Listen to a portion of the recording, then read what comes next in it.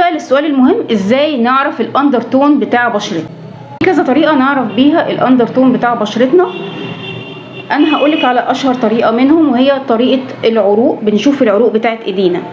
عندنا 3 انواع للاندرتون: الاندرتون البارد الكول اندرتون، والاندرتون الدافي الورم اندرتون، والاندرتون المحايد النيوترال اندرتون.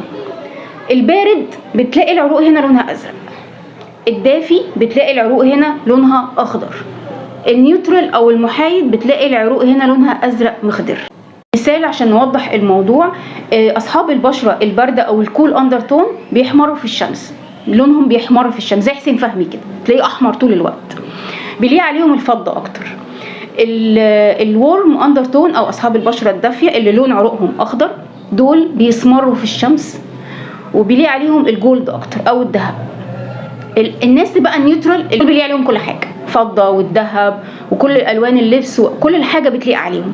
فهي دي الطريقه البسيطه اللي نقدر نعرف بيها الفرق ما بين الكول اندرتون والورم اندرتون والنيوترال اندرتون. واتمنى اكون افدتكم. الموضوع اعمق واكبر من كده بكتير ومحتاج سرد كتير، فانا حاولت اختصره في دقيقتين على قد ما اقدر.